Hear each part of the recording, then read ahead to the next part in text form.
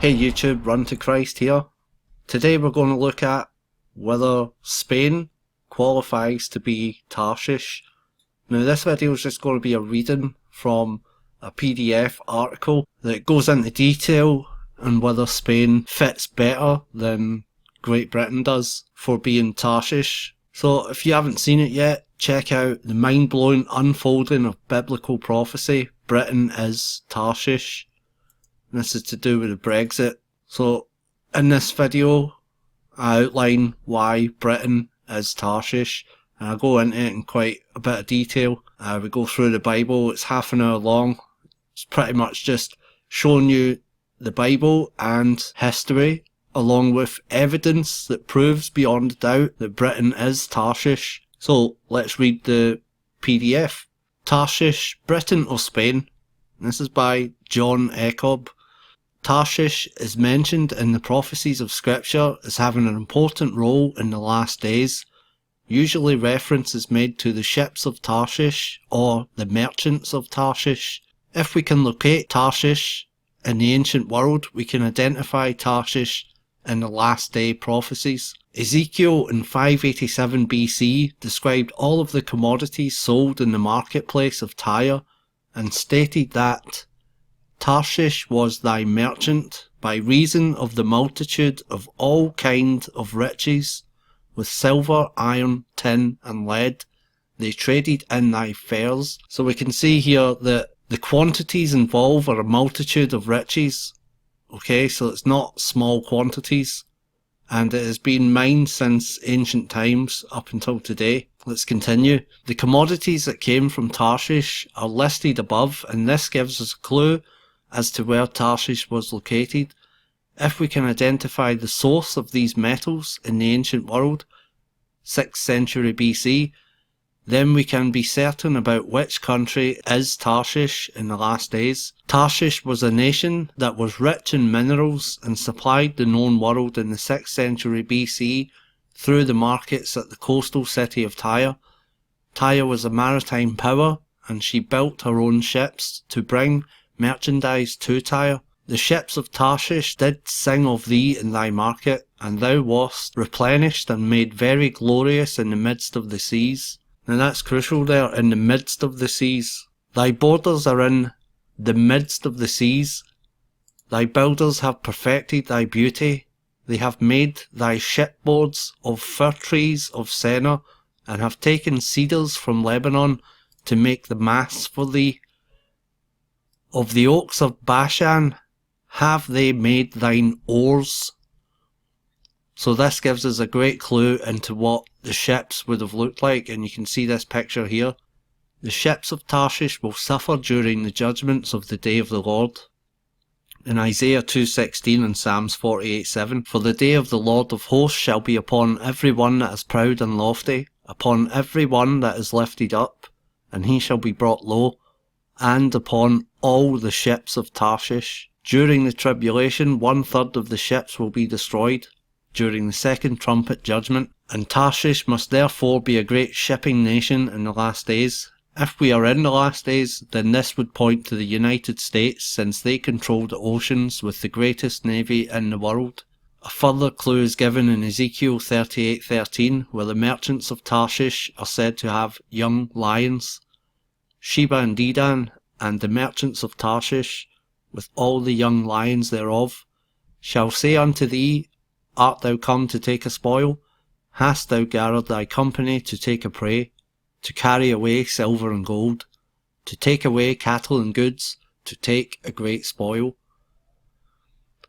The young lions or offspring join with Tarshish to challenge the invasion of Israel by Russia, Iran, Turkey, Libya, Sudan in the last days. They are also associated with Sheba and Dedan, whose descendants populated the Arabian Peninsula. Most Bible maps show Tarshish somewhere in the west coast of Spain. The location in Spain is doubtful because Bible commentators have thought Tarshish was Tartessus, which appears in Greek mythical writings. It is not known whether Tartessus was a city, a river or a nation. Archaeological diggings have failed to produce any evidence of it in Spain. One historical record states, "The name Tartessus, sometimes Tartessos, has long been surrounded by myth. It is associated with the southwest of Spain and is likely to have been a kingdom.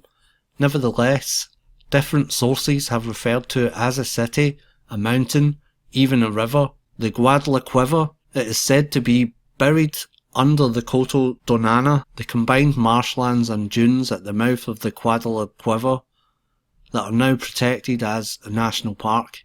Others claim it is under Seville or Sevilla, and so on.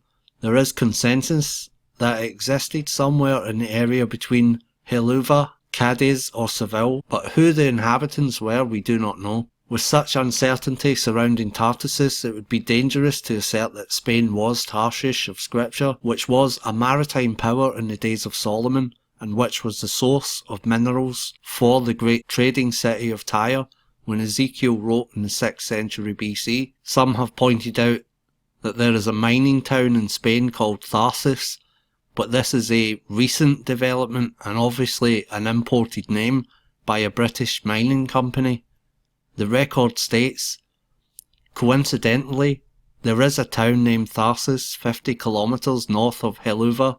The TH combination, however, is a linguistic curiosity and alien to the Spanish language. A possible explanation is the influence of British mining concerns which owned the giant Rio Tinto company, with mines between Huelva and Tharsis in the 19th century. The fact that the British mining company in the 19th century called it Tharsis is more likely to point to Britain being Tarshish.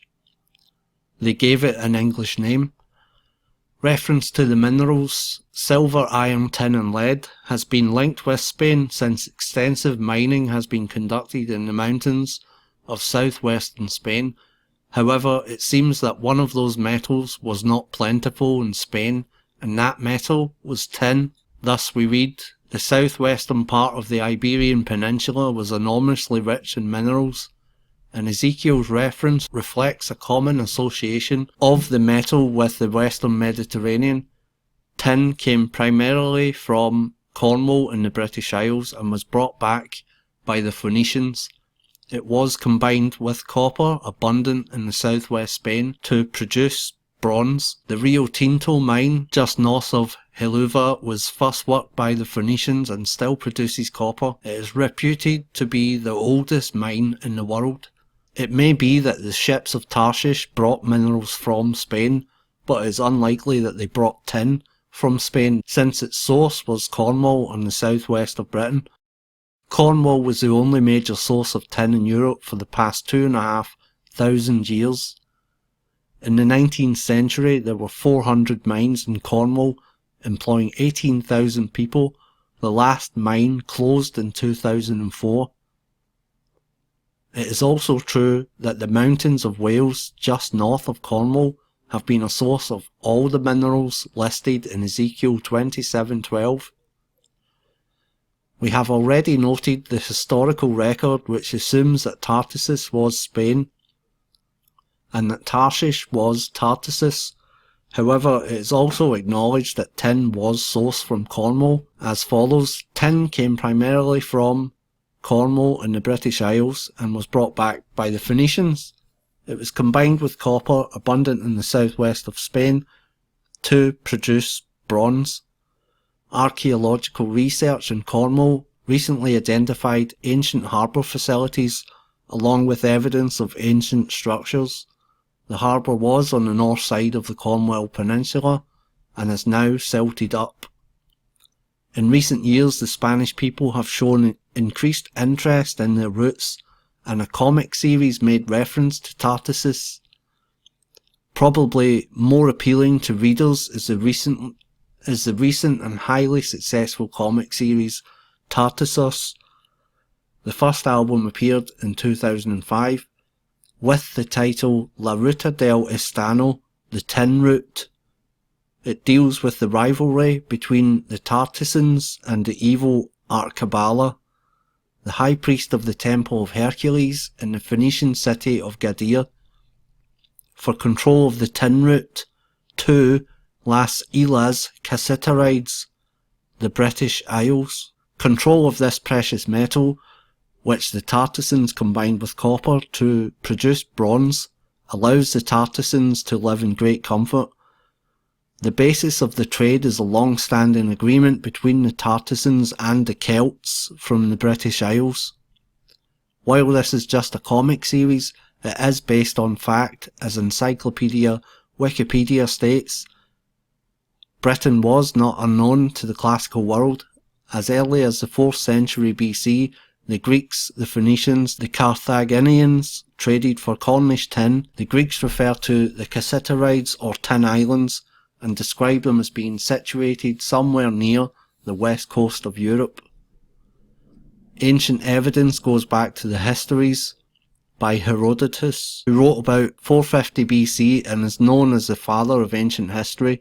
He wrote, "Now these are the farthest regions of the world, in Asia and Libya. Of the extreme tracts of Europe towards the west I cannot speak with any certainty, for I do not allow that there is any river to which the barbarians gave the name of Eridanus, emptying itself into the northern sea, whence, as the tale goes, amber is procured. Nor do I know of any islands called the Cassiterides, Tin Islands, whence the tin comes from, which we use. For in the first place, the name Eridanus is manifestly not a barbarian word at all, but a Greek name invented by some poet or other, and secondly, though I have taken vast pains, I have never been able to get an assurance from an eyewitness that there is any sea on the further side of Europe. Nevertheless, tin and amber do certainly come to us from the ends of the earth. We should note that cassiterite is a tin dioxide from which tin is extracted. The word comes from the Greek kassiteros, meaning tin. The term Tin Islands could hardly be applied to Spain, which is located in mainland Europe, but it would fit well with the British Isles. Herodotus indicated that he had no evidence of the North Sea on the north of Europe. The end of the known world in his day was beyond the Pillars of Hercules, which stand on either side of the entrance to the Mediterranean Sea from the Atlantic Ocean, which was described as the ocean. In his day, all of Africa west of Egypt was called Libya, and south of Egypt was called Ethiopia. Herodotus travelled extensively, gathering historical information and myth from Greece, Asia, Egypt, and Persia, but he never travelled to the western end of the Mediterranean or beyond the Pillars of Hercules. Hence, he was dependent on reports from others who had. Herodotus tells us the story of a boat that was driven by a storm past the Pillars of Hercules and ended up in Tartessus. The crew, informed by Corobius of all the circumstances, left him sufficient food for a year. They themselves quitted the island and, anxious to reach Egypt, made sail in that direction, but were carried out of their course by a gale of wind from the east. The storm not abating, they were driven past the Pillars of Hercules, and at last, by some special guiding providence, reached Tartessus. This indicates that Tartessus was in the Atlantic, which would best apply to Britain. The prophecies concerning Tarshish best fit Britain. Tarshish in scripture has young lions or offshoot nations such as colonies. Spain colonised South America, but Britain colonised the US, Canada, Australia, New Zealand, and many more places. No other nation in history has created an empire of colonies like the British Empire. The early colonising nations were the Phoenicians and the Greeks. The Greeks excelled with colonies in the Black Sea, Asia Minor, and around the Mediterranean. Greece was formerly known as Javan and was settled by the descendants of Javan, the son of Japheth. Javan had 4 sons, of whom Tarshish was the second. Throughout history, the family of Javan have been merchant traders and colonizers.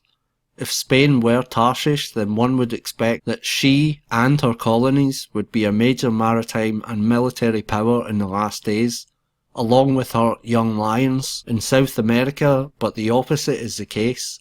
Spain is economically weak and is only a small part of the EU. The Spanish-speaking South American nations are also weak and still developing. In addition, Tarshish and the young lions must be connected to Sheba and Dedan, Arabia, in the last days.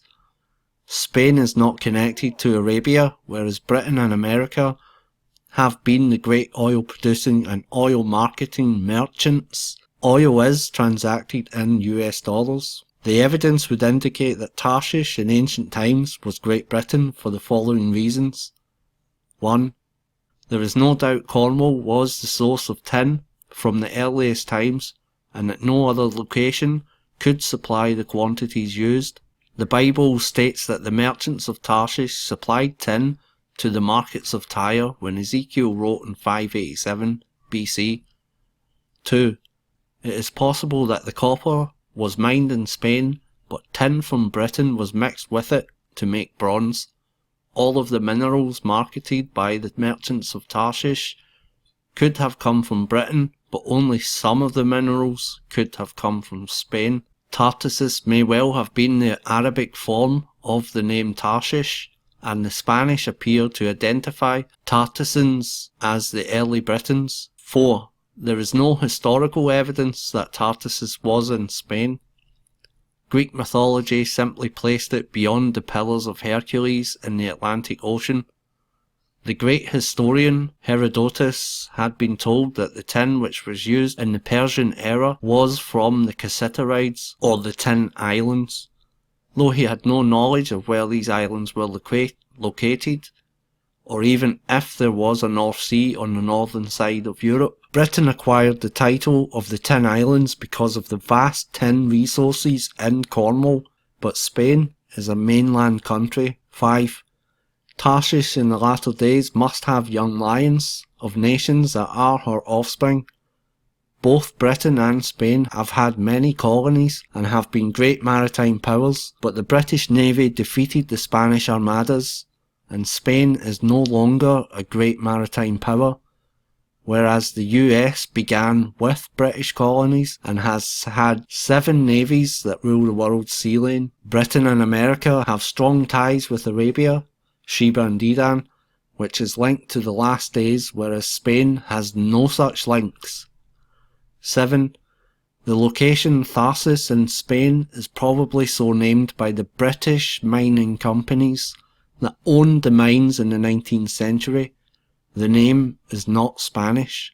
We therefore conclude that Britain is the Tin Isles of ancient times, is Tarshish, and that the merchants of Tarshish and the young lions thereof are the offshoots of Britain that will have a major role during the tribulation period. They will be the first to bring the redeemed nation of Israel back to the land when Christ returns. For a moment, pretend that I don't know anything about metallurgy, engineering, or physics, and just tell me what the hell is going on. You never studied. He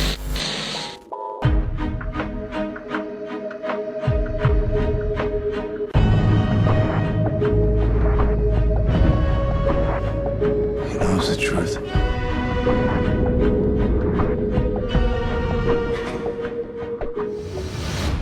Let's wake them up then, shall we?